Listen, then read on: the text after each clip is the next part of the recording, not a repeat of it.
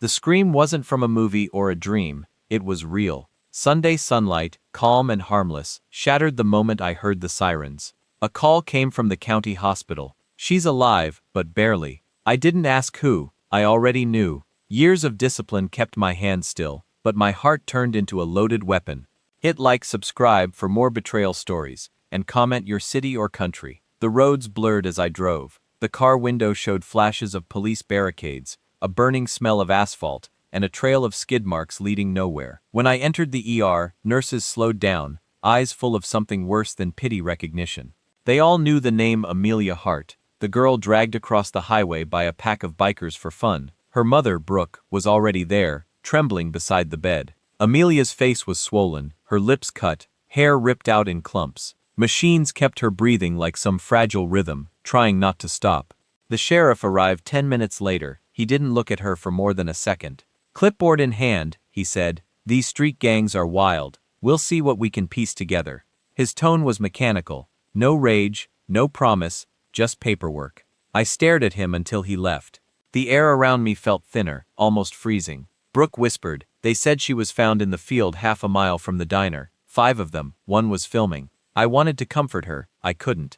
My voice would have sounded like thunder inside a church. Hours passed, machines beeped, rain tapped the window, the hospital hallway smelled of bleach and regret. That night, Amelia stirred for the first time, her eyelids fought to open. She tried to speak through cracked lips. A nurse leaned closer, but I was already there. She mouthed one word, "Bikers." Then a faint broken follow-up, "He knew." I asked, "Who knew, sweetheart?" But she was gone again, swallowed by morphine and pain that instantly rewired something in me, like a code unlocking after years. Back home, the mansion stood silent. Wealth had made me believe peace was permanent, that I had outlived war. But the old instincts never slept. The fireplace glowed while I unpacked a small steel box from the attic, the one labeled Dominic Hart, Sniper Ops, 2007 to 2012. Inside lay an ID tag, a rusted bullet casing, and a flash drive. People saw me now as a billionaire, the man who built defense companies in Silicon Valley after retiring from service. They didn't know I once counted lives and heartbeats and wind speed. That night, I plugged in the flash drive. Data appeared. Old military satellite imagery analysis software. The same eyes that once spotted targets 5 meters away could dissect a pixelated face in seconds. Mid-scene build past midnight, Brooke called again. "Sheriff Calder says they lost the security footage from the diner," I answered calmly. "He didn't lose it, he deleted it." Silence, then quiet sobs through the line. I hung up, turned to my security system, and accessed county road cameras instead. What showed on screen stopped my breath. Amelia standing beside her old boyfriend Kyle arguing in front of the bar while motorbikes circled behind her. He wasn't frightened, he was smiling. The next frame showed her dragged away as he pocketed his phone and walked off. I replayed it 30 times. Not anger, clarity, the kind that changes the direction of a man's life. Morning arrived gray and cold. Coffee burned on my tongue as I scrolled through business emails. Investors wanted updates. Lawyers wanted signatures. None of it existed anymore.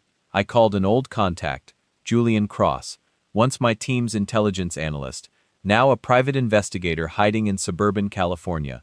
He answered with his same sarcastic drawl. "You only call when bodies start dropping. What's the situation?" "Not yet," I said, "but we'll get there." By noon, Julian was in my office, thin as ever, briefcase full of surveillance hacks and favors. He studied the footage, paused on Kyle's smirk. "Classic decoy setup," he murmured. "They planned this. 5 bikers, 1 driver, 1 filmer. They wanted humiliation recorded. Find them," I said. He looked up, reading something dark in my tone. "Dom, you can't do what you used to." "I'm not planning to." That was a lie. Flashback memory.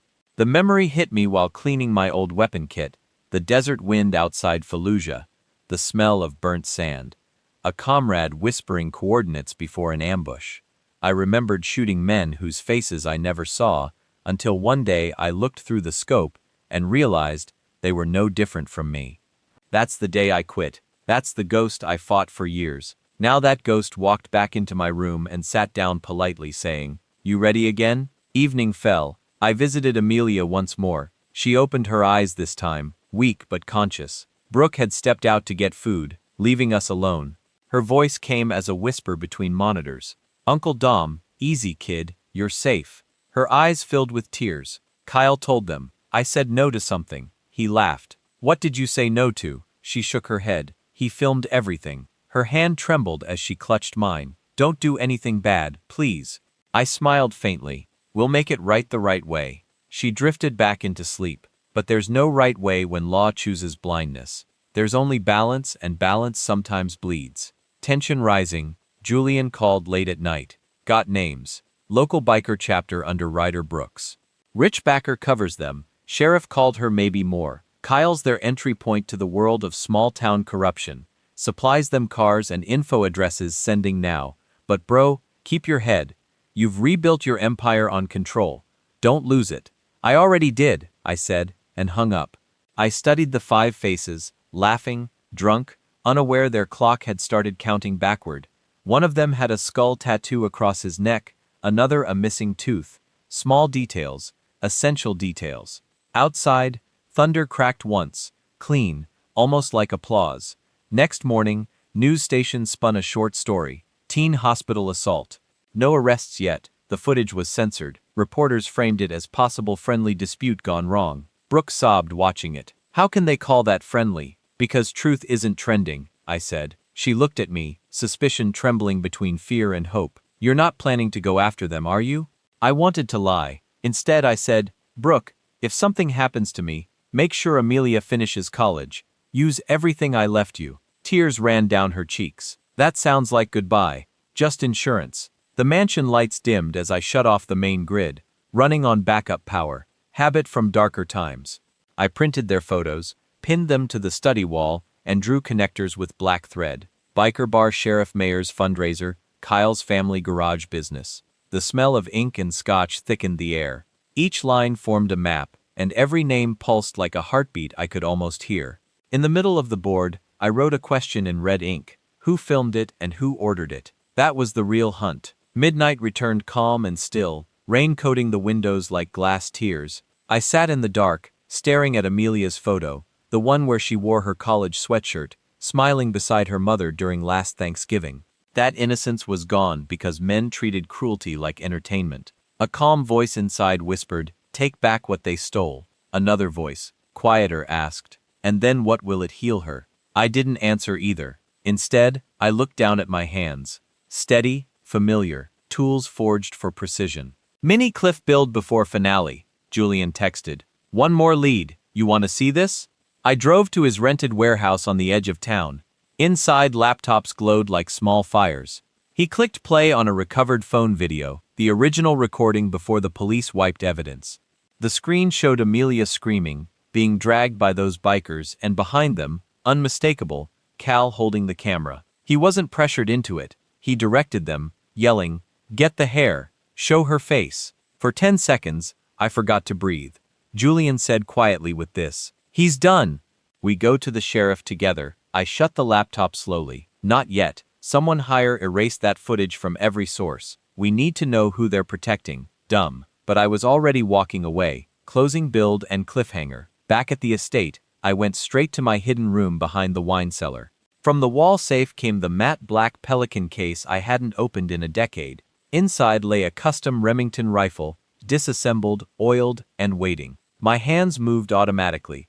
Assembly, scope calibration, magazine check. Clips slid in with soft, precise clicks, a mechanic rhythm I'd sworn never to echo again. When the final latch locked, I laid the rifle on the table and stared at it under the single overhead light. The metal gleamed like something holy and unforgiving. Outside, thunder rolled again, this time longer, deeper. I placed the 5 printed photos in a neat row beside the weapon. Their faces washed me back without fear. Not anger anymore, just purpose. In the morning, the world would see me as the same man. Suit, tie, money. But inside, old silence had started breathing again. The silence before a shot. I whispered a promise into that silence for Amelia. One by one, and then without sound, I turned off the lights. The sun came up gray, the kind that doesn't give warmth, just light to crimes that happened in darkness. I hadn't slept. The rifle sat on the table all night, while the house echoed with rain hitting glass. By morning, the storm gave way to a heavy, quiet air, like the world was waiting for something violent to exhale. Julian showed up unannounced, I sunken, a folder in hand. Without a word, he dropped it on the counter. Photos, license numbers, bar schedules, warehouse addresses. Each one belonged to a biker from the footage. They work for Ryder Brooks, he said, pouring himself coffee he didn't plan to finish. Real names, Troy Min, Scott Rains, Luca Dean, Casey Ward, and the last Nick Harden. The last name stayed on my tongue longer than the others. You don't forget names that come before funerals. Julian hesitated before adding, Kyle's been hiding since the video leaked. Maybe the sheriff tipped him off. The gang's staying outside town by the stone quarry. They're untouchable right now. Calder's people cover their tracks. Untouchable wasn't real. It was a word man invented to feel safe. I said nothing. I simply turned to the window, watching the long road that led out of my property, the kind that bends slowly toward the horizon. Somewhere beyond that road were 5 men still breathing after dragging a girl by her hair. Julian checked my face inside. I know that looked dumb. The way you stare before everything burns. Then help me make sure it burns right. He almost smiled. Still the same command tone. Still the same mission, I said. Only this time, the enemy's domestic. The day passed in deliberate silence. Every phone call I ignored rang from lawyers or board members worried about stock shares, upcoming military contracts, donations, the noise of a world pretending importance. My real currency was time. My only stock was vengeance disguised as discipline. At dusk, I drove out toward the bar where the bikers often gathered. The building sat halfway between dying cornfields and the abandoned quarry, lights flickering in neon blues that reflected on oily puddles. Country music leaked through the cracks of its broken windows. 3 Harleys were parked out front. On the sidewall, graffiti spelled Hounds MC Forever. I sat across the street inside my car, engine off, rain misting the windshield, watching silhouettes laugh and spit outside the door. I remembered teaching Amelia to ride her first bicycle, holding the seat until she found balance, laughing when she called me Coach Uncle.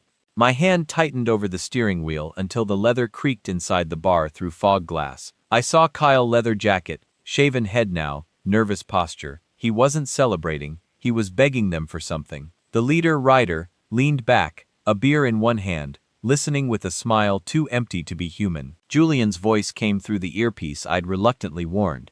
You sure you want surveillance tonight instead of going to the cops? The cops had their chance 4 days ago. They chose silence. I watched as Ryder slid an envelope across the table to Kyle. He opened it and his face went pale, then nodded.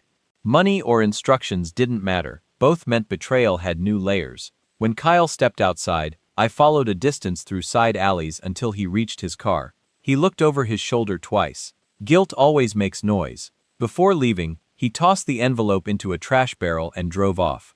I retrieved it. Inside were printed photos of me, high resolution taken from my own driveway. Back home, the house alarm blinked red. Someone had tried to override the gate's access code earlier that evening. Security footage confirmed a biker jacket silhouette under the trees.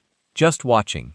That meant my patience clock had hit 0. Their confidence grew because law protected them. That very protection would become their weakness. Julian and I divided tasks. He traced server traffic from the sheriff's office, looking for deleted data logs. I handled physical groundwork. Each of us had our own ghosts keeping score. By midnight, Julian called, voice edged with excitement. You were right. Calder sent an encrypted memo to the mayor's assistant.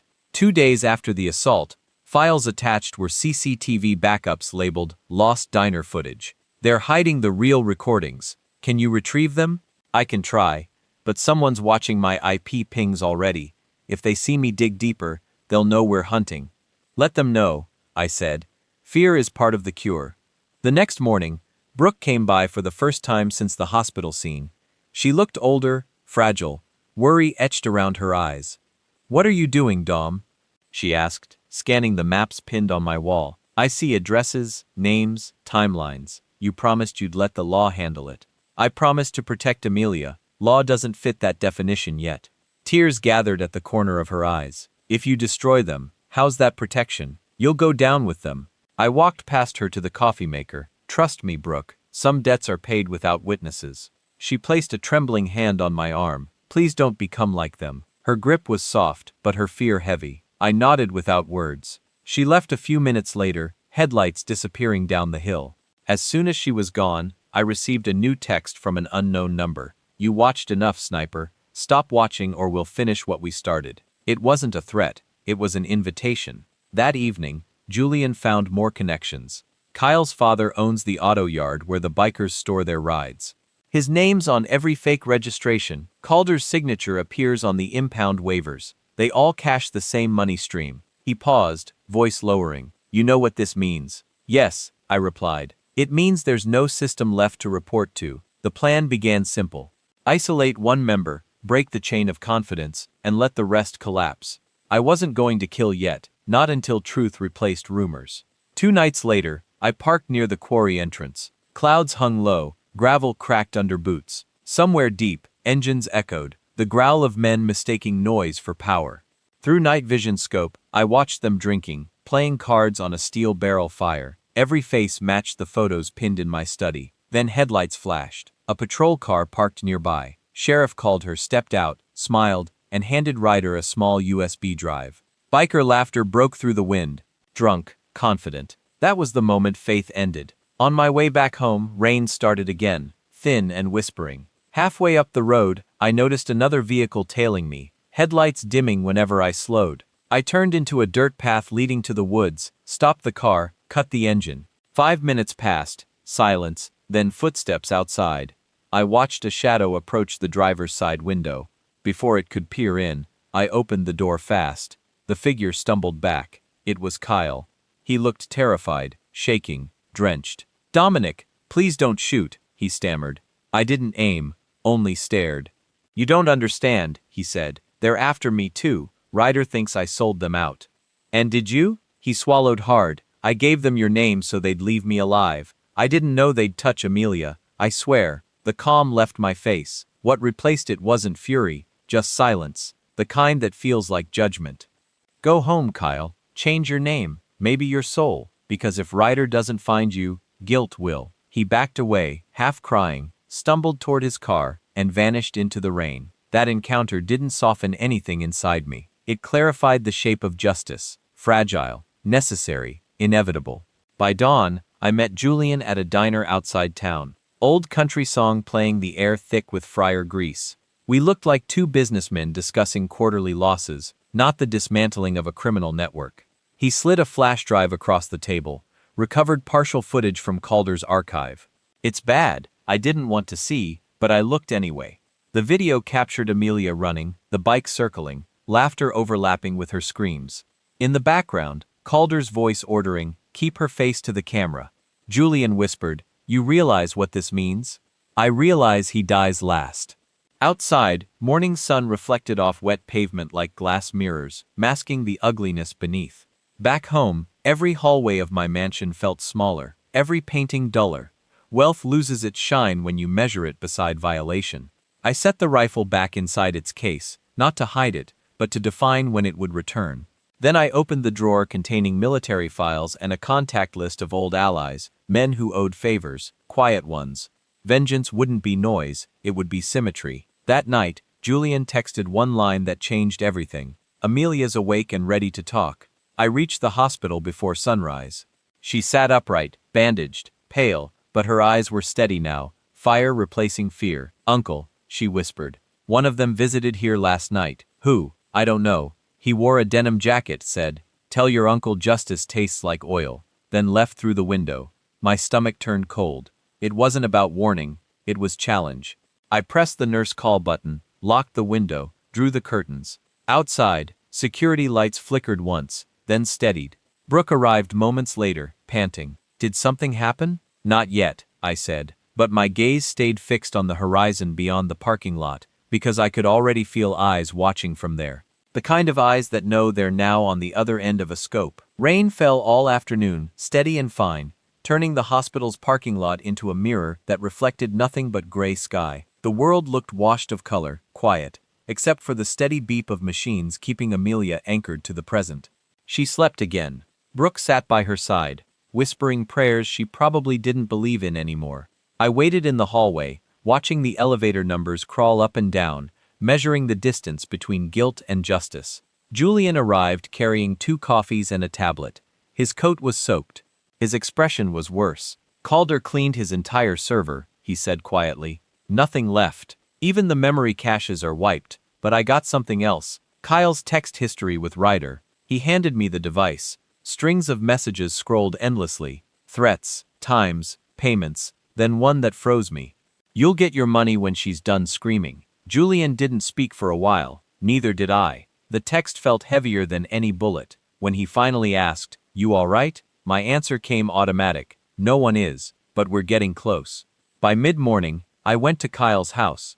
The front gate hung half open, yard empty, except for a red Mustang I didn't recognize parked sideways. The door creaked as I pushed it. Silence inside. The stench hit first. Metallic old. A single ceiling fan rotated slowly, moving the air, but not the truth. C was on the floor, one bullet hole through the eye. A small paper folded on his chest read, "Loose tongues bite dust." My chest stayed still even as anger clawed through it. They were cleaning up. Anyone who knew pieces of the truth would vanish one by one. I searched quickly. Drawers, phone logs, camera systems. His laptop still open on a table. Half-drafted message addressed to me. "Dominic, they're meeting at the county shed tonight." Ryder called her. Mayor's assistant there. The rest stopped midward. Blood streaked across the keys. I took a picture of the screen, pocketed a USB drive, and left before authorities could stage their arrival. The drive home felt longer than any combat mission I'd done. That memory, the first confirmed kill overseas, the line between duty and revenge, kept sliding into my thoughts. This time, the motives felt pure and dirtier at once. Julian called mid-drive. "Dom's just broke." Sheriff Calder announced an ongoing investigation into the tragic death of a local youth named Kyle Edgar. He's spinning it like suicide. Guess whose fingerprints they'll find on his keyboard? "They won't find anything," I said flat. "Send someone to his property. Wipe the rest." Julian cursed softly. "Jesus, man, you're crossing every line now." My niece was crossed first. I replied and ended the call. That evening, my house smelled of solvent and cold metal. I disassembled the rifle again, not to use, but to center myself. Cleaning every part gave my hands purpose when the mind wanted to fracture. When I finished, a faint knock came on the heavy oak door. Bruce stood there, eyes red. "I heard about Kyle," she said. "So did the whole town. People think you did it." "I didn't have to." She stepped inside, lowering her voice. "Amelia remembers more. He gave them her phone. Your photo was inside family event. That's how they knew who you were." The information hit like cold water. They hadn't just attacked her. They meant to hurt me through her. Retaliation for something older. Brooke continued. "You were part of that arms lawsuit last year, right? The one that shut down the mayor's brother's company." "Yes. Maybe this all ties to that." Her reasoning wasn't wrong. I'd cut contracts protecting criminals and suits. They just replaced suits with leather jackets. She reached out, voice trembling. "Promise me you won't escalate." I looked at her, not as a brother, but as a soldier assessing risk. "I promise I'll end it." She left without arguing. Maybe understanding the promise meant nothing close to peace. Later that night, Julian and I met behind an abandoned gas station to plan. He spread fresh intel across the hood of his truck. Photos from a traffic camera near the quarry. Riders shaking hands with Calder, both smiling beside a black SUV. "Tonight they meet again," Julian said. "Same spot around 11 o'clock, probably arranging their payout or destroying the last evidence." A single floodlight blinked above us. Moths circled it like doomed satellites. "You can record from a distance," he suggested carefully. "Collect proof and leak it. Let the world bury them instead of your trigger finger." "I'll record," I said, loading a small drone case into my backpack. He didn't need to know the rest. The quarry at night looked like another world. Cranes frozen like skeletons, puddles shining like pools of spilled ink. I parked half a mile out, climbed a hill, and positioned the tripod at the edge. Through binoculars, I saw them, Ryder Calder, and two others standing around crates. A small generator hummed nearby, powering a laptop. They were deleting files directly from encrypted storage, proof dissolving while I watched. I launched the drone silently, its cameras aligning on them. Voices cracked over the feed. Called her bragging. "Once this is gone, that psycho uncle won't have a case." Ryder laughed. "He's rich, not brave. Money makes people soft." Soft. The word almost made me smile. They had no idea softness was a weapon, if held the right way. I zoomed the recorder just enough to capture their faces clearly under the single floodlight, and the transfer of drives between them. The data would be enough to open something federal. Then a new voice echoed. A young man in a biker jacket approaching on foot. Troy, one of the 5. Boss, he said nervously. Someone's watching. I seen a drone over the ridge, Calder barked. Shoot it down. Gunfire erupted. Bullets ricocheted off rocks. Sparks lit the darkness. I pulled the controller down, ditching the drone into the gravel pit, just before it exploded in a puff of smoke. They spread out screaming, flashlights moving. I stayed low until their noise faded toward the southern slope, then slipped away through trees. Adrenaline roared in my ears until I reached the car. When silence returned, one thought beat steady in my head. The footage still saved on the secondary drive inside the controller. My proof survived. By dawn, headlines screamed, "Local biker shot dead near quarry after police shootout." They'd found Troy riddled with bullets. Their own mistake. Calder staged the scene, erasing his presence and painting it as gang infighting. Julian texted, "They're collapsing, but reckless now. Be careful." I replied with one word. Always back at home, the mansion lights stayed off. Through the wide windows, early sunlight painted everything in cold gold. I plugged the recording drive into a tablet, verifying the visuals. It was enough to ruin them. Faces, audio, timestamp, corruption in daylight. For the first time in weeks, a fine tremor ran through my fingers. Not fear, not excitement, just the body remembering it's still human. I poured a drink, stared at the screen, replaying Calder's smirk, and whispered to the empty room, "I'm not rich, Ryder, I'm patient." Then I copied the files to multiple encrypted backups and mailed one to an old JAG contact in Washington, insurance. The rest I kept for timing, because vengeance, like sniping, depends on patience. Only one shot that truly counts. That evening, as I stepped out for air, a black SUV slowed by my gate. Its tinted window lowered just enough for a hand to toss something onto the gravel. The car sped away before my security system could capture a plate. It was a phone burner screen already lit with a single incoming call. I answered without a word. Ryder's voice came low and cold. "You think silence hides you? Next time we visit that hospital again, see how long your niece lives without that machine heart." The call ended before I could respond. For the first time since the war, I felt the old heartbeat of the rifle call back to me. Justice's clock had struck midnight. The threat kept echoing long after the line went dead. The phone lay in my hand like a piece of evidence that still pulsed. Outside, night gathered quietly around the property, heavy, watchful. Every rustle of wine through the trees felt like footsteps. I crushed the burner under my heel until the screen cracked, sparks dying in the gravel. The echo of Ryder's promise burned behind my eyelids. Next time, we visit that hospital again. It wasn't just a threat to hurt Amelia, it was to pull me out into the open. Inside the house, I switched off every light and opened the safe beneath the stairwell. The rifle waited there, but I pushed it aside. Not yet. Revenge has rhythm. Pull the note too early and all you get is noise. Instead, I found my older case. Military DOSes, surveillance tools, memory cards, fake IDs. When the law erases truth, these become law. At sunrise, I was already waiting near the courthouse steps. Sheriff Calder arrived smirking, phone to his ear, coffee in hand, pretending the world bowed before his mornings. His deputies laughed nearby. None of them looked toward the man standing by the statue with a brown envelope. That man was one of mine. Another quiet debt paid in loyalty years ago. He handed me the envelope, whispered inside. Mayor's communication logs with Calder. Mentions Ryder once. Good luck, sir. Then he vanished into the crowd. I opened it in my car. Messages, payment confirmations, small notes attached. Handle the heart mess discreetly. So, the city's highest office wasn't just complicit. It was conductor. A deep calm fell through me. I wasn't improvising revenge anymore. This was a cleanup of corruption that had stretched roots deeper than I first saw. I spent the day moving in silence. No calls to Julian, no texts, no hints. Better that no one could be traced when hell opened later. By dusk, I drove to the county records office. The guard recognized my donation history and waved me in without question. Money remains the easiest disguise. The public floor hummed with machines printing permits.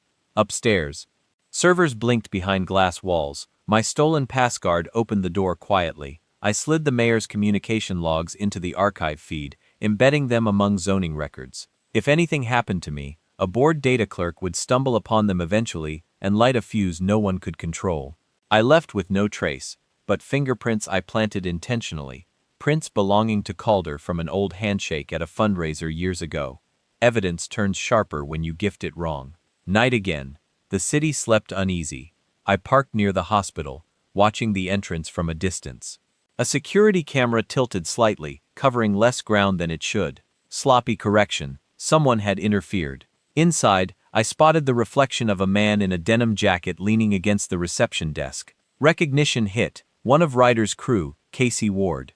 I walked through the automatic doors calm as prayer. The nurse behind the counter smiled politely, unaware of the storm about to move through her hallway. My voice stayed even. Visitor for Amelia Hart.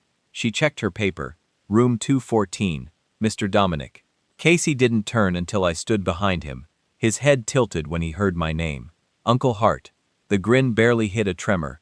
Your kid's holding up nice, thought you should see. My hand closed around his wrist before he finished. No words, just pressure. The sound that followed was small, but certain. A crack only I could hear. I guided him toward the exit, like an old friend walking him home. Outside near the parking lot, the fog hung thick. He gasped, trying to speak. I eased him against the concrete wall, my tone even. You walk again, you disappear. You crawl anywhere near her. You vanish permanent choose. He nodded rapidly, breath misting in panic. I let go. He ran into the night, clutching his shoulder, screaming promises of vanishing forever. When I re-entered the hospital, nobody noticed. The nurse looked up once, but saw only a man quietly worried for family. In Amelia's room, the light was off except for heart monitor glow. Brooke lay asleep in the corner chair, exhausted. Amelia's hand rested lightly on the sheets. For a moment, I remembered simpler days. Her laughter in backyard sprinklers, the way she'd wrap a towel like a cape and call herself unstoppable. Now she barely moved, but each slow breath sounded like survival itself. I left before dawn to find Julian waiting in my driveway, pacing like a man juggling secrets. Where the hell have you been? He hissed. They raided my office. Calder's men tore through everything. I barely got out. You still have backups? He nodded. But they're tracking me through cell towers. You too? That's fine. I want them to look. He slammed his palm against the hood of my car. You're not hearing me. They'll kill both of us before anything reaches court. Then it won't need to reach court. Julian stared at me long enough to realize he'd lost the argument. Finally, he tossed a small drive to me. Everything I've collected. Bank transfers, call logs, the mayor's revisions to evidence reports. Enough to burn them. I pocketed it. Thank you. Hide until it's over. Where will you be? Finishing what you started. That night, I drove toward the industrial outskirts where Ryder ran his operations. The landscape changed. Warehouse skeletons, flickering streetlights, dogs barking behind wire fences. Every window glowed with illegal engines and men laughing the way cowards do when surrounded by numbers. I parked 2 blocks away, walked on foot along the fence line until I found a gap. Years in the field taught me how to breathe with the dark, how to move lighter than memory. Inside the garage rear of oil and beer. A dozen bikes lined up in perfection under metal lamps. From an office upstairs came Ryder's voice. Too loud, too confident, arguing with Calder through speakerphone. I told you we handled Hart's kid, Ryder said. Now he's playing ghost. Do your job, Sheriff. Calder's tone was clipped. Keep your animals quiet. This gets traced. I lose everything. Ryder laughed. You lost your soul already. He hung up. Silence. Only the ticking of a wall clock remained. Then he muttered to his men. Double the watch. That old bastard's hunting. He wasn't wrong. From the shadows below, I recorded every second. His rant, his face, his confession, all captured through lens. When the file finished, I sent it to Julian's encrypted folder using a remote uplink. Evidence complete. Only balance left. A sudden vibration in my pocket broke the quiet. An incoming call from an unknown number. I answered without words. A trembling voice whispered, "You don't know what they planned, do you? Ryder's not stopping. He's got a list. Everyone tied to you, including that reporter who helped expose your company last year. He wants to make it message." The call ended. No name, no number, just static. Before leaving, I walked past the bikes one last time. The same machines that once dragged Amelia by her hair stood polished, prideful. I took a lighter from Ryder's desk and dropped it on the oil-stained floor. Flame crawled fast, orange lines weaving between tires. By the time I reached my car, the warehouse was a ghost dressed in smoke. The following morning, news headlines read, "Massive fire at local motor shop, suspected insurance fraud." Authorities spun it as accident. No arrests, no names. But I saw a deeper meaning. The empire of fear was starting to crumble under its own denial. Still, the main predator lived. Ryder would strike back soon, and I needed to be ready. At noon, Julian messaged one line. "They're meeting again tonight. Courthouse basement," called her. "Ryder Mayer trying to frame you as terrorist exposure threat." I smiled small and humorless. "Perfect." I whispered to the empty room. "Let them gather." The hourglass had flipped. No more warnings, no more hiding behind systems meant to protect power. Some truths need to explode before they can breathe. The courthouse at night always felt colder than the rest of the city. The marble steps glistened under rainlight. Pigeons slept tucked beneath the ledges while the flag above barely moved. Somewhere below those floors, the people who called themselves protectors of justice were meeting in secret to bury their sins a little deeper. I parked 2 streets away, the engine ticking softly as it cooled. A low hum of traffic drifted in from downtown, but around this district, it was silence and wet stone.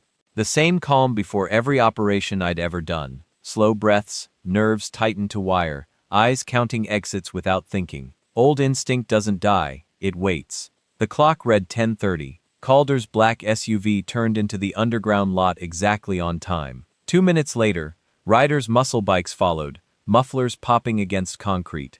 The mayor's assistant arrived last, carrying a slim folder under his coat.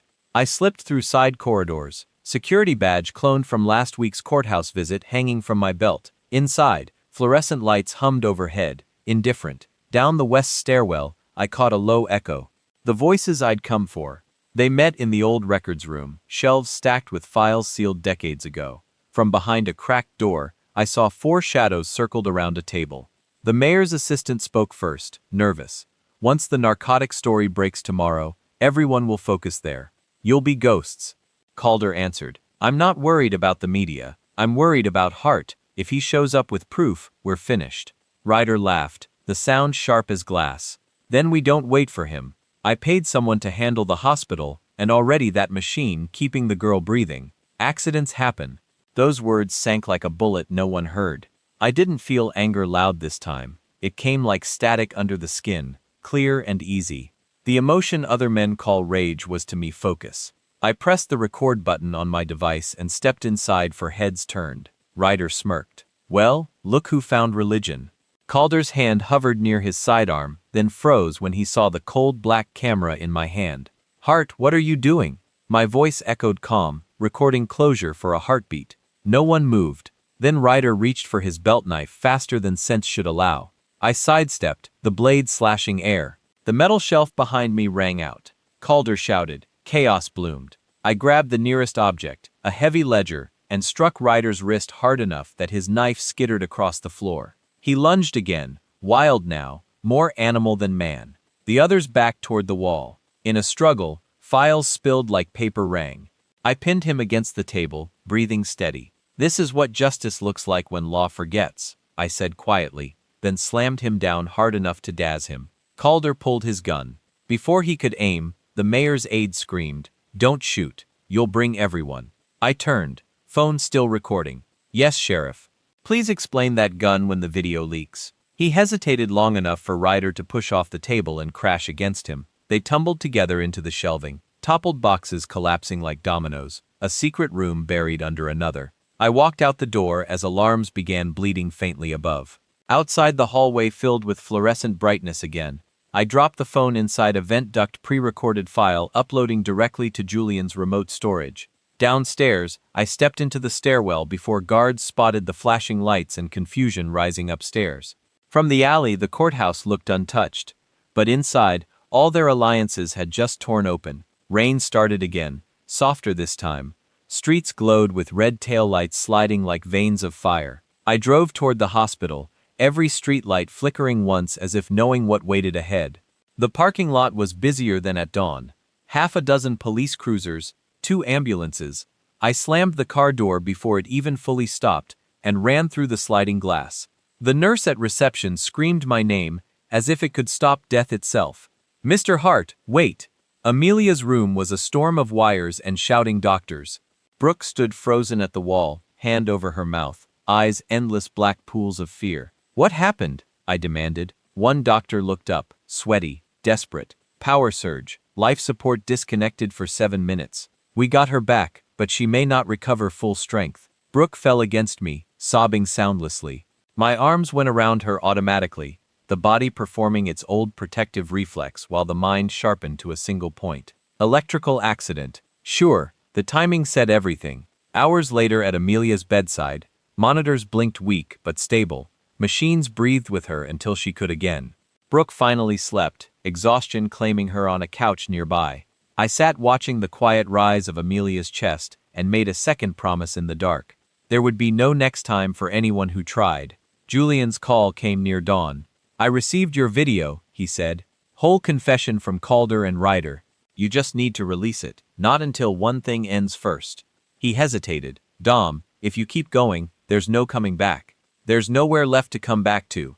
I hung up. The world outside was turning faint blue, the city waking without knowing monsters lived inside its choruses. That afternoon, sheriff patrols combed industrial zones after reports of gunfire, but they were blind. The chorus's security files vanished into federal custody by my earlier upload. I saw it on the news from the hospital TV. Calder on screen defending integrity, blaming domestic sabotage. His mouth moved like a puppet fed lines. Brooke turned away, whispering, "Doesn't matter what they say. People always believe uniforms. They won't for long," I replied. She looked at me differently then, as if truly seeing what I was becoming. What peace looked like when justice failed. That night, I left the hospital under steady drizzle. Parked cars lined the curb. Their wet surfaces mirrored city lights. The world pretending calm. My security camera app showed motion behind my house gate again. I drove home without headlights, body humming with stillness. The moment I rolled past the gate, the shape materialized in the rain. A man running across my field, limping slightly. I stepped out, pistol drawn. He fell to his knees in front of me, soaked and bleeding from the shoulder. It was Julian. "They found me," he gasped. "Calder's gone rogue. He's sending federal lookalikes. They'll call you suspect. He's spinning the whole fire. The courthouse brawl, Kyle's murder, everything on you." I pulled him upright. "Did anyone follow? I don't think so, but you need to disappear before sunrise." From behind the tree line, a faint glow appeared, headlights cutting through rain. More than one vehicle, Julian swore under his breath. I dragged him toward the service tunnel beneath the house. Escape built years ago, back when fear was still strategy. He collapsed halfway, blood dripping a dark trail. "Go Dong, I'll slow them." "No heroes tonight," I said, forcing him through. I climbed the ladder up to the ridge overlooking the drive. 2 black SUVs stopped by my porch. Men stepping out in tactical suits carrying federal badges that didn't flash right under lightning. Through my scope, I saw a rider step out, last face wrapped in bandage, half smile unbroken. "Hart," he shouted into the storm. "You started this war on law. Come face it like a man." Lightning answered instead of me. I didn't fire. Not yet. Revenge too easy. Is revenge wasted?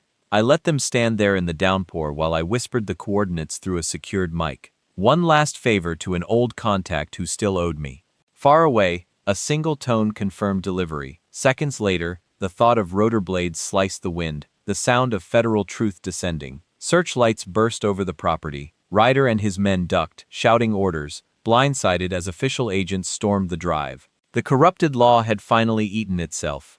I turned away before the shouting ended, carrying Julian's half-conscious body deeper into the tunnel. He looked at me through delirium, almost smiling. "You always loved overkill for them," I said. "It's just enough."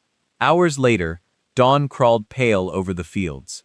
My house stood in smoke, surrounded by flashing lights.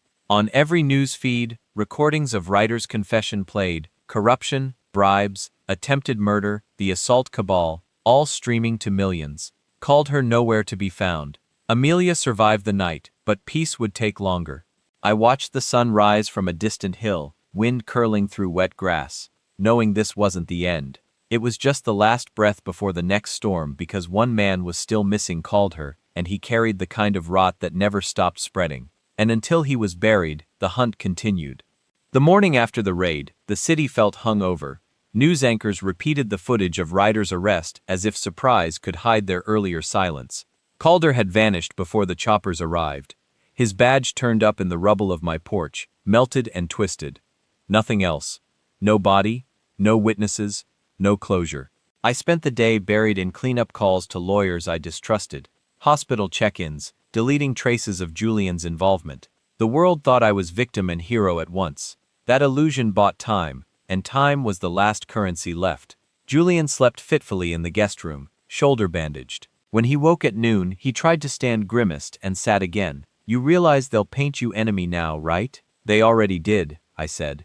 He managed a crooked smile. So, what's next now? I said. We bait the ghost that slipped through. By dusk, I drove into the city's center, under a gray sky heavy with mist. Digital screens along the boulevard glowed with my own face, the injured uncle vowing full cooperation with investigators. Public sympathy was a fine disguise. Underneath it, the trap was setting itself. I parked near the courthouse ruins. Federal cleanup trucks had finished, leaving slick puddles reflecting broken pillars. Inside, ashes of paperwork still smoked faintly. I knelt among them, lifting one half-burnt folder marked Calder Samuel D., investigation deferred. The note beneath read, transfer pending internal affairs. He'd planned to run before the raid, buying himself clearance. Somewhere, there'd be an account somewhere safe, money waiting. That's what men like him called redemption, offshore faith. I needed a voice bigger than mine to expose it, and I already knew whose voice could shout loud enough. The next morning, I met Ivy Clark in a half-empty cafe near the docks. The journalist Julian once trusted to release sensitive leaks. She arrived early, hair pulled into a messy knot, eyes sharper than memory. You sure you want this back in the light? She asked. Heroes don't stay heroes long, once their stories grow teeth. I'm not a hero, I said. I'm a witness, with one last file. I slid her a sealed envelope. Inside it lay evidence connecting Calder to the mayor's offshore accounts, plus proof that the fire at Ryder's garage wasn't insurance fraud, but part of a laundering chain. Ivy read fast, fingers trembling at some pages. You realize publishing this puts both of us on a kill list. Truth has worse hobbies than killing. She studied me quietly, then nodded once. Give me 48 hours. Back home, Julian had managed to move around the house, his shoulders stiff but functional. He sat by the window, binoculars in hand, watching the driveway. No movement all day, he said. Good or bad, he muttered. Too quiet. He wasn't wrong. Quiet meant planning. That evening, I ran security footage from the hospital. At exactly 2:13 a.m., a man in a janitor's uniform checked into the second-floor wing, carried a bag of cleaning supplies, left precisely 8 minutes later through an emergency exit. His posture was familiar, the military stillness of someone once trained to vanish. Zooming in confirmed it. Calder's reflection caught on the steel door for half a frame. He'd gone for Amelia again, fail perhaps, but now I knew his rhythm. Night moves, clean methods, no wasted gestures. The old lawman had gone full predator. Julian wanted to flee, we should disappear. New names, new latitude. You got enough money to buy 3 continents and leave her here? I asked. He stiffened, exhaled. Then we go offensive. We spent the night mapping every former contact Calder had. Sheriff deputies discharged over small scandals. Security contractors blacklisted from my company years earlier. It painted a network across 3 states, each node a possible hideout. By dawn, the pattern narrowed toward the coast, where Calder once owned cabins registered under false charities. That would be our net. At noon, Ivy called. Someone's following me, she whispered. 2 cars since morning. Your sheriff doesn't like being teased. Stay in crowded places, I told her. Keep your recorder on at all times. I'll reach you before night. She hesitated. You sound too practiced at this once. This was all I practiced. Twilight turned red over the bay. I drove through it, feeling the world tighten around my ribs, the slow heartbeat of inevitability. Ivy waited near the old lighthouse, her laptop open, files uploading through satellite Wi-Fi. Almost done, she said, waves crashing below us. In 5 minutes, this hits every news site in the country. 5 minutes is a lifetime, I murmured. In the distance, headlights climbed the hill. 3 vehicles moving quick. I grabbed her arm down. Gunfire shredded the rocks seconds later, echoing like fireworks. Ivy screamed. I pulled her behind the stone wall. They found me, she shouted. Correction, they found us. Through the brief break in bullets, I spotted figures advancing. Calder's rebuilt team wearing unmarked armor. The sheriff himself stayed back near the cars, aiming patiently as if enjoying the symmetry. "This your idea of going public?" he yelled. "Why hide?" I called back. "Your story writes itself." He fired. Stone exploded near my head. Ivy ducked lower, clutching the hard drive. Julian's voice crackled over comms from his position downhill. "I'm here. 2 snipers in the trucks. Wait for my mark." A heartbeat of silence, then 2 punches of sound. Precise shots tearing into the assailants. The remaining men scattered. I took Ivy's laptop, tucked it inside my vest, and fired back just enough to keep heads down. Calder retreated toward his SUV, shouting orders at a wounded driver. For the first time, I saw his eyes clearly under the flare of lightning. Soulless marble, still convinced of control. He pointed at me. "You'll die, branded traitor," I answered. "Steady, better than sheriff." Another shot cracked. His window shattered, spraying him with glass. He slammed the door and gunned the engine down slope, tires screaming against gravel. Julian's voice came again, ragged through static. "He's heading toward the pier. If he gets to those freighters, he's gone." "Not tonight," I said. Ivy grabbed my sleeve as I started running for the car. "Upload's complete. The files are out there." "Then the story's safe," I said. "Now we make sure he's not." She watched me disappear into the darkness. The lighthouse beams sweeping overhead like a slow heartbeat marking the world's next memory. The rain came heavier, sea spray mixing with it, wind howling against the cliffs. I drove with no headlights, engine screaming through curves, chasing the glow of Calder's taillights down the coastal road. He reached the pier first, abandoning the SUV halfway up the ramp. I cut my headlights and followed on foot, night swallowing every sound except waves below. Wood groaned under each step. Halfway down, Calder appeared near a moored freighter, clutching a pistol, bleeding from a shoulder wound Julian must have left him. He turned as I approached, smile twisted even now. "You think exposure kills me? I've been burned before and came out wearing the badge brighter. Not this time. People saw your truth live." He laughed low and broken. "They always forgive uniforms." He raised his weapon. I fired first, not at him, but the ground at his feet. The rotten plank cracked and gave way. He stumbled backward, grabbed for a railing, missed. Splash. Silence returned except for rain and surf swallowing secrets. I walked to the edge and looked down. No body surfaced, only ripples fading into black water. Maybe the tide claimed him. Maybe the tide just hit him. Doesn't matter. Either way, his kind sinks the same. Behind me, the horizon flickered with the lighthouse beam and the faint wail of approaching sirens. For the first time in months, I exhaled without rage. Justice hadn't shouted this time. It had whispered, and that was enough. The ocean didn't care what sank into it that night. Bodies, sins, or stories. Waves kept rolling under the lighthouse beam, dragging secrets into deeper dark. By the time the police boats arrived, I was already gone, driving through fog thick as smoke. Rain turned thin and silver. The world kept moving like nothing righteous or wrong had ever happened. I reached the safe house by dawn. Julian sat half asleep, bandages darker now, coffee untouched. He looked up when I entered, and read everything in my eyes before I spoke. "He's gone, isn't he?" "The sea took him," I said. He nodded. Silent relief mixed with something closer to grief. "Bodies float, you know." "Maybe not this one." We didn't speak again for a while, just silence, the kind that only lives after unfinished wars. On the table between us, said Ivy's news article fresh on her screen. "Sheriff Calder, mayor and biker gang. A network of power and blood." The piece was everywhere. Headlines across every feed. The nation's outrage roared for 48 hours straight. Then, exactly as I predicted, it began to fade. People wanted new villains faster than truth could cool. Julian closed the laptop. "So, what now? You hide till they forget? Build another empire on ashes." "No, I said I build peace even if it starts alone."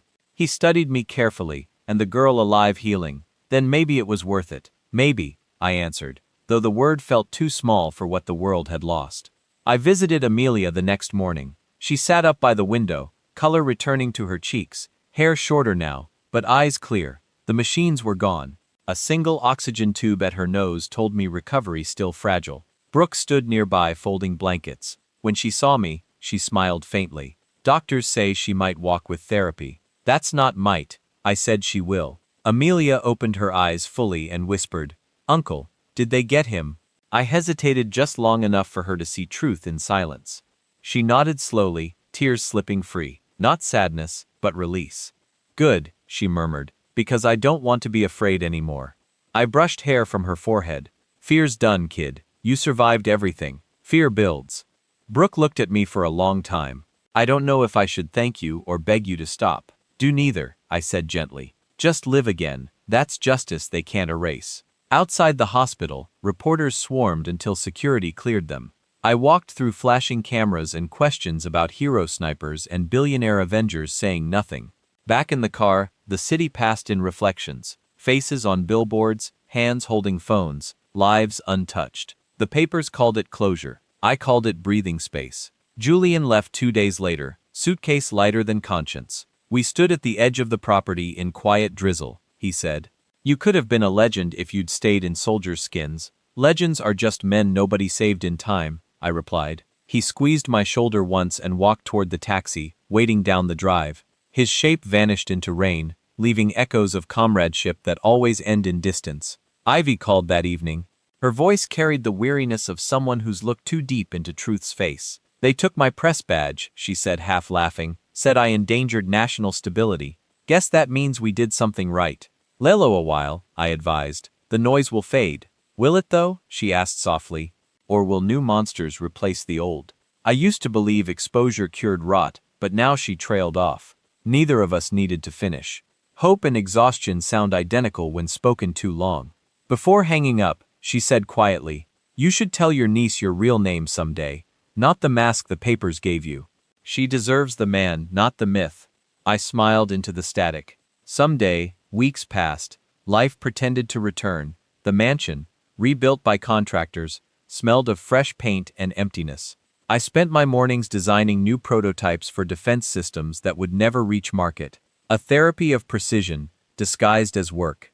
One cold evening, as dusk sharpened against my windows, I heard tires crunching on the gravel drive. For an instant, the old instinct flared again, hand closing around the pistol on my desk. A knock. When I opened the door, Amelia stood outside, leaning on a cane, raincoat too big, smile shy but steady. Figured you might still be hiding behind walls, she said. I call them memories now, I replied, moving aside to let her in. She looked around. Smells different here. New wood. No ghosts allowed. We sat near the fire. She told me about therapy sessions, about Brooke crying happy tears the first time she stood without help. Her voice carried small hesitations where trauma still lived, but each sentence built strength. Then she said, the papers say the sheriff drowned. They say a lot. You don't believe it? I believe the ocean doesn't give back what's not owed. She nodded slowly, studying the flames. I had a dream last week, she said. You and I were fishing. You kept pulling up anchors, never fish. What do you think it meant? That you were still trying to pull up things meant to stay buried. Smart girl. I smiled, reached out and squeezed her hand. Then maybe I stopped pulling. Later that night, after she left, I walked outside. The wind off the fields felt sharper, cleaner, like forgiveness dressed in cold. I thought of all the names gone quiet. Ryder, Calder, Kyle, and all the moments left unexplained. Justice had come heavy, never pure. But purity was a myth only the dead needed. My phone buzzed once. Unknown number. No voice when I answered, just silence. Then a faint scrape of wind as if waves on a shore far away. I waited, listening, heart unreadable. Then the line clicked dead. Maybe ghosts do call to remind you they're still out there floating between tides.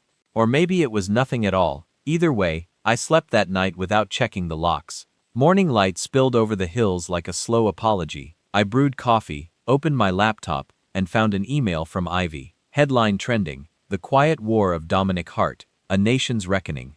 People are talking, maybe healing. I closed the screen, looked through the window at the distant horizon, and said the only prayer I still knew. Thank you for another ordinary day, because ordinary meant Amelia could walk again.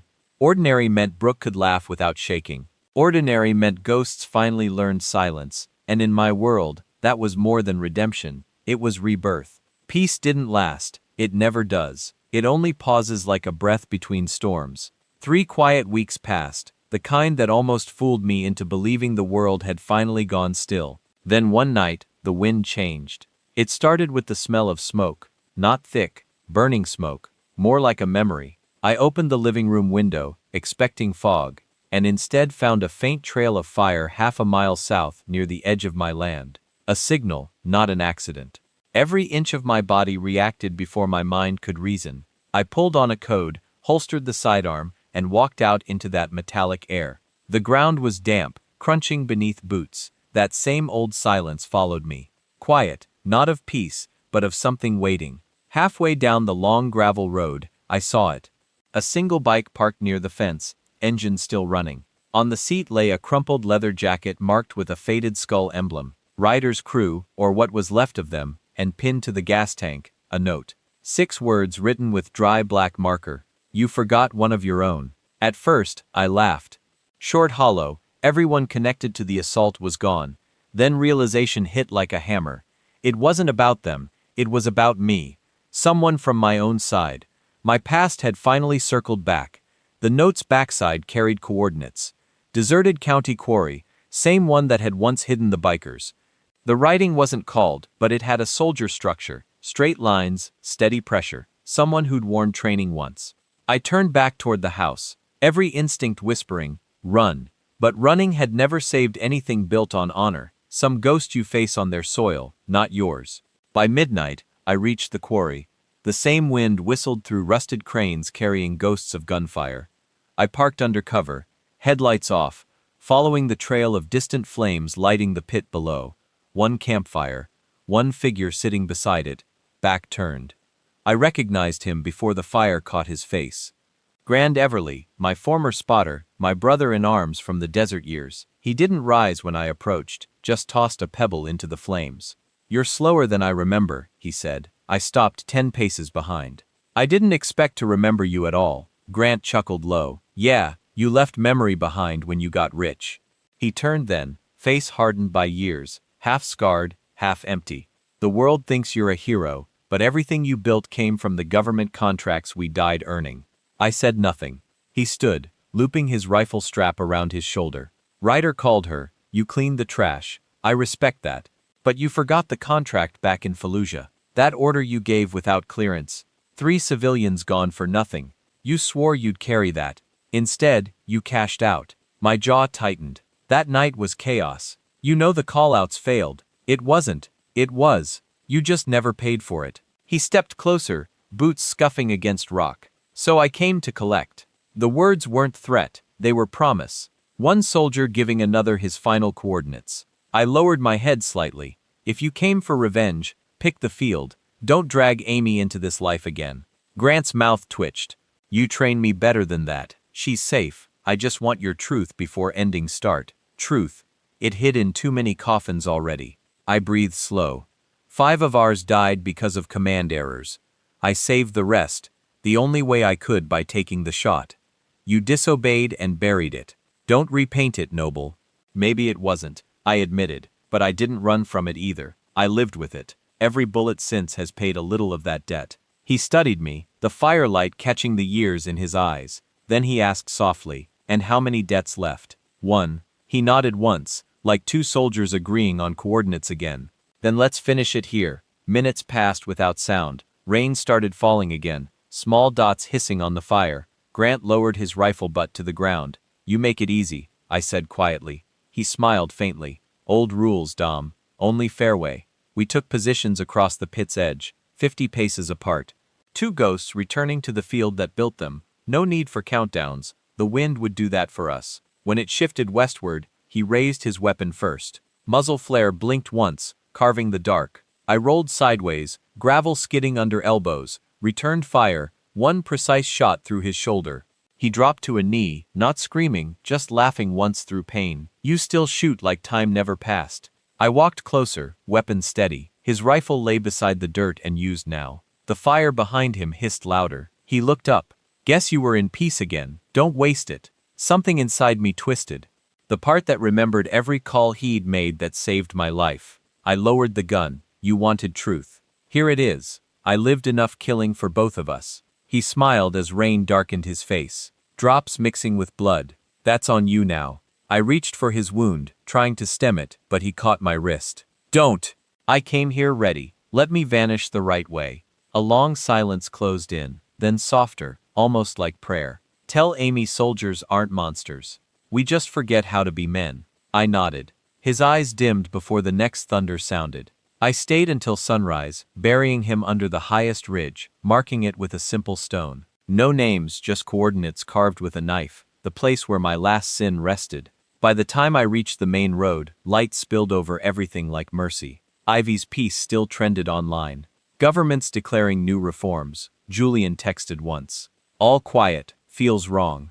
I typed back, no, feels right. Then I turned the phone off for good. That evening, back at the estate, Brooke called with news. Amelia took her first unaided steps. No nurses, no walkers. She laughed so hard she fell again.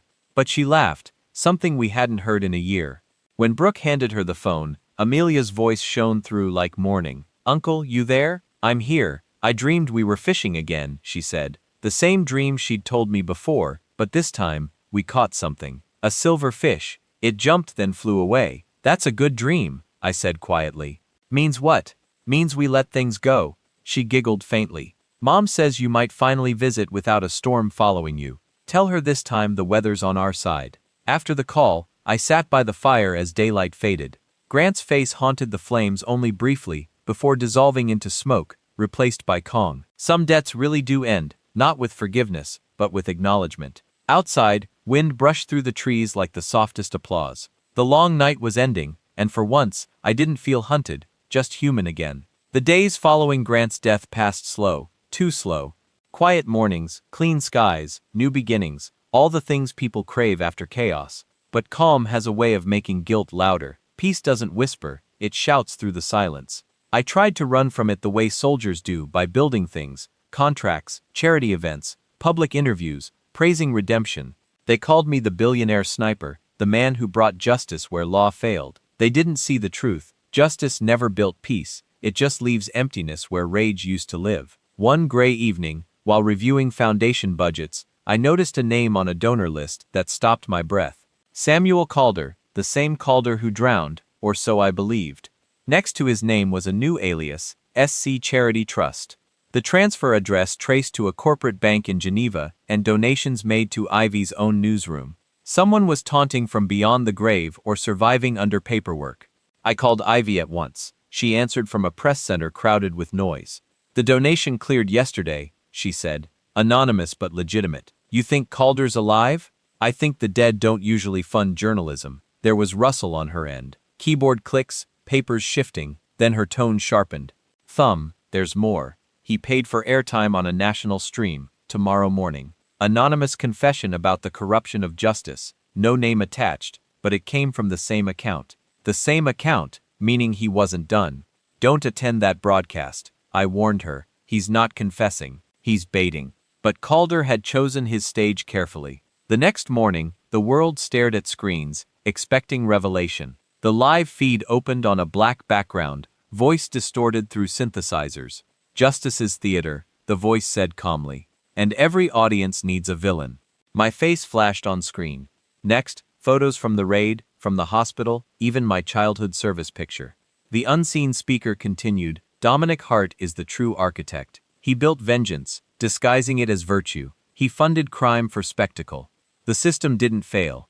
You did static cutout, replaced by headlines already forming, betrayal from within, ex-nip framed in nationwide corruption leak. I turned off the TV before Ivy called. Her voice shook. I swear I didn't know. My editors are going crazy. They pulled my story off the homepage. People think you staged everything. They were waiting for their new villain, I said tonelessly. What are you going to do in the performance? That night I met Julian again at the old shooting range by the airfield. He had the look soldiers were when their leader crosses too many lines. Fear and loyalty wrestling in his face. Dom, this broadcast. It flipped everything. FBI's reopening your cases. You need to vanish. Running confirms guilt. Staying confirms stupidity. I smiled faintly. Then call me stupid one last time. He handed me a flash drive. Intercepted message chain between the bank and Calder's alias. He's alive. Switzerland 2 months ago. Private flights registered under a shell company called Valora Holdings. Here's the trail. The drive glowed red under lamplight like temptation. Julian caught my expression. You don't actually plan to go there, do you? That's suicide. Not suicide, I said. Intermission. The next evening found me boarding a midnight jet under a false name. Clouds above Europe rolled like bruised steel, lightning carving the dark sea. I hadn't touched a weapon in weeks, but my hands itched like the old ghosts were awake again. Geneva sparkled from afar, a city too clean for the sins it layers. I tracked Valora Holdings to a tower overlooking the lake. The upper floors were empty, the offices abandoned but still humming with electricity. A single monitor glowed in the corner, camera light blinking red. I stepped closer and heard his voice before I saw the screen. Dominic Hart, Calder said smoothly, looking older, calmer, scar on his neck, fresh. You always confuse vengeance with virtue. Did you think drowning me would kill an idea? I didn't speak. The camera feed picked me clean. Good, he said. Stay silent. That's how guilt breathes. See, I don't need to shoot you anymore. I need the world to believe what I already sold them, that you're the monster that keeps people buying heroes. Then the screen went black. Footsteps approached behind me. 2 men, corporate security and suits. I let them catch my shadow, let them cuff me halfway before turning fast enough to disarm both. Their taser wires snapped against metal, one punch, one chokehold. Reflex, not anger. When the room emptied again, the monitor rebooted. A new message scrolled on screen. You have one last broadcast too. Sniper, midnight. My feed. Let's tell them who we really are. Back in the hotel, Ivy was already online. It's a trap, she said. He'll spin your voice. Deepfake your confession. Good, I replied. Then I'll make it real before he does. What does that mean? I'll give them the whole truth. Dom, don't play his game. But I ended the call. At exactly 11:59 p.m., I entered the rooftop of Velor's tower. The wind off the lake roared, whipping across the microphones and satellite dishes Calder had left as bait. Cameras blinked alive the moment I stepped into range, automatically streaming. No mask this time, only face. Scar's eyes. This is Dominic Hart, I said to the blinking lights. And the man chasing me lives on lies paid by blood. But here's the thing about vengeance. It always runs out of audience. Below, sirens echoed. Helicopter searchlights streaked across the sky. This isn't a confession, I continued. It's a closure. Evil doesn't end with headlines. It ends when people stop worshipping the ones who serve it. I paused, hearing the whine of engines closer now. They'll come up here soon. But peace doesn't hide and it doesn't beg. With one motion, I tossed the flash drive into the air. Copy of every file linking Calder's bank. The political donors. Every face hiding behind uniforms. Hundreds of live feeds captured it glittering before the wind carried it over the lake. Then I turned and saw him, Calder, soaked from the rain, standing at the roof's edge with a pistol. I gave you a stage, he shouted. I built your legend. I leveled my gaze. You built your own grave. He fired once, missed. The second shot never came. The helicopter floodlight blinded him just as he stepped backward. A gust lifted his coat like wings before he vanished into the black water below, where his first death belonged. I stood there under the spinning light until agents surrounded me, shouting commands drowned by wind. All I said was, "It's over." They handcuffed me, but their eyes held doubt, not hatred. Below us, police boats searched the water again. Nobody surfaced. Maybe the lake was kinder than the sea. Weeks later, the broadcast's unedited feed spread globally. My words, his death. The files from the TOS drive decrypted online, burning an empire wider than either of us imagined. The government called it catharsis. The press called it spectacle. Amelia just called it closure. I called it quiet. Because every shadow, even mine, eventually learns how to dissolve in daylight. Geneva became a stage I never auditioned for. Courts, cameras, and politicians all lined up not for truth, but for spectacle. News drones buzzed above the marble steps while crowds gathered chanting my name half in praise, half in hate. Inside, the trial room glittered cold with chandeliers, but the air smelled of ink and judgment. The Swiss tribunal had merged with American investigators, forming what the media called the hard inquiry. In reality, it was a public autopsy of morality itself. I sat alone at the defense table, wearing a plain gray suit, hands folded. Ivy sat 3 rows behind me taking notes for some independent documentary. Julian, patched up and ghost pale, waited outside, too smart to stand in spotlight again. Across the room, screens played footage, my shootouts, news clips, Sir's twisted broadcast spliced beside my own rooftop speech. Prosecutors painted contrast into crime. A man consumed by vengeance disguised as justice. I didn't argue. The evidence of survival never looks clean. When it was my turn to speak, the judge, Nathaniel Green, a man with a face carved from stone and sympathy worn thin, asked me why I took the law into my own hands. I answered plain, because the law had been taken out of everyone else's. He leaned forward. Are you saying the system failed you? I shook my head. No, Your Honor. It failed them. The victims who never had money, power, or family like mine. I just had skill, and sometimes skill fills the gap. Civilization leaves open. The courtroom murmured. Cameras zoomed. I didn't look away. The prosecutor snapped. You executed 5 men without trial, destroyed a courthouse, and ignited an international scandal. That's not filling gaps. That's creating new graves. I held a stare. Graves existed long before me. I just walked toward them when everyone else looked away. Judge Green raised a hand, silencing noise. Enough politics, Mr. Hart. Do you regret your actions? The question hunger than any silence should. Regret wasn't language I spoke often. Finally, I said, I regret that it ever had to be me, but I don't regret ending it. Hours turned to days. Days folded into weeks. Each session replayed my life as if it were cinema. One side writing villains, the other rewriting victims. Somewhere between narrative and evidence, the truth drowned again. Amelia's recorded testimony played near the end of the second week. Her voice trembled but never broke. He didn't save me with bullets. He saved me because he believed no one else would. The room went still.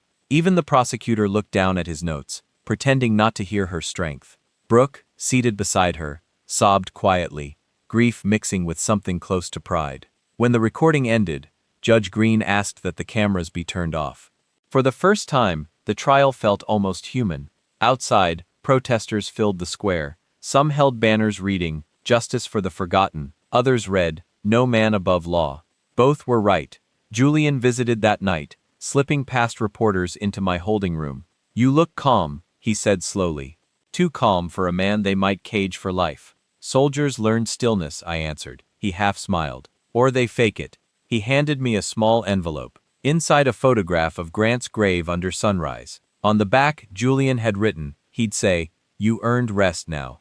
"Thanks," I whispered. Julian's eyes softened. "You think they'll let you go?" "They'll have to decide what scares them more," I told him. A free man reminding them of failure, or a prisoner proving it. The verdict came under rain, fittingly poetic. Judge Green's tone carried no triumph and no pity. "Dominic Hart," he read, having considered all evidence, "this court recognizes both criminal violation and moral context. The world rarely allows pure heroes or pure villains. It only gives scars." He paused, glancing toward Amelia's seat. "You are hereby released under restricted liberty. No weapons. No involvement in private security affairs. Travel supervised for 5 years. Gasps filled the room. Partial freedom, controversial, unpredictable, but neither side could object convincingly. Justice itself had blurred boundaries long ago. Brooke wept openly. Ivy hid tears behind her notebook. Julian just inhaled once, steady. Judge Green's final words lingered longest. "May the weight of the lives taken become the strength of those saved. You are dismissed." Outside the courthouse, wind ripped through umbrellas and microphones. Reporters shouted questions about forgiveness, politics, legacy. I gave them none. Through the chaos, Amelia reached me first. She wore a simple white coat, walking slower now, but completely unaided. When she reached my side, she didn't say a word, simply held my hand between both of hers. The cameras captured that moment, not a headline exactly, but something quieter, a genuine moment. I leaned down and whispered, "You did good." She answered simply, "We did." That evening, I visited Julian one final time before his flight back to the States. He poured whiskey into 2 glasses. "So what now for the legend?" he asked. "You disappear again?" "No," I said. "I live with the silence I created." He raised his glass. "Then here's to silence." We clinked glasses, and the sound felt like punctuation, closing a chapter no one would ever get to rewrite. Night deepened over Geneva. Rain cooled the city into something reflective, every streetlight trembling within the puddles below. I walked along the lakefront, free now, but not exactly light, breathing air that tasted of water and finality all at once. Across the shoreline, the same lighthouse blinked once, a memory of the cliff, the wind, the endless cycle of justice and revenge. For just a second, I thought I glimpsed Calder's reflection in the water again, but it was only my own shadow rippling across the surface. The world would probably never fully untangle who was truly the savior and who was the sinner in all of this. Maybe it was never meant to. Peace, I finally understood, isn't about being cleansed. It's about learning to carry the weight. And I could carry this. Months passed before I truly realized the storm had genuinely ended. The world, for once, felt noiseless, not empty exactly, just still. Geneva's headlines moved on to other things. Governments changed their slogans, and people slowly returned to forgetting what had almost broken them completely. Back home, the house that once echoed with gunfire now smelled of wood polish and rain instead. Amelia's laughter had returned, genuine laughter this time, loud and completely unguarded. She'd started sketching again, drawing sunsets that looked more like beginnings than endings. Brooke taught at a local art school. Somehow, life had decided to bloom again, on soil that had once been stained with fire. As for me, I stopped chasing ghosts. Some had died at sea, some during trial, and some simply within me. But all of them finally rested now. I spent my mornings walking across the fields with a cane I didn't truly need, greeting workers who still pretended not to recognize me. In the evenings, I wrote letters I'd never actually send, and worked on a memoir I'd never truly finish. Sometimes Ivy called to share news about justice reform she'd helped pass. Her voice always carried a tired kind of hope within it. One night she asked, "Do you ever regret telling the truth?" I thought about it for a while, then told her, "Truth isn't what saves you, it just keeps you from rotting away." After that call, I slept through the entire night for the first time in years. No nightmares, no gunshots, just silence. And silence, I learned, isn't loneliness at all. It's peace earned the hardest way imaginable. One afternoon, Amelia and Brooke stopped by with coffee and far too many pastries. Sunlight poured through the window, painting gold across the floorboards. Brooke laughed, shaking her head. "You finally look your age." "Old," I teased back. She smiled softly. "Peaceful." Amelia placed a small sketchbook on the table. The first page showed me sitting by the lake, face calm, a fishing rod replacing my rifle. "It's not perfect," she said. "It's exactly perfect," I told her. "Because it's real," she grinned. "So what now, Uncle?" I looked outside, watching the wind slide across the fields. Now nothing. Let the quiet do the rest. Later that night, while everyone slept, I sat at my desk watching the stars through the open window. Somewhere beyond them were all the people I'd lost. Friends, enemies, ghosts who had once shared my fight alongside me. I raised a glass to them one final time. "To those who never made it back," I whispered. "I carried your names far enough." The clock ticked softly in the quiet room. For the first time, peace didn't feel like surrender. It felt like forgiveness instead. And as the night slowly eased into dawn, I closed the final page of my story, because once justice finally finds its voice, silence becomes the only answer worth keeping.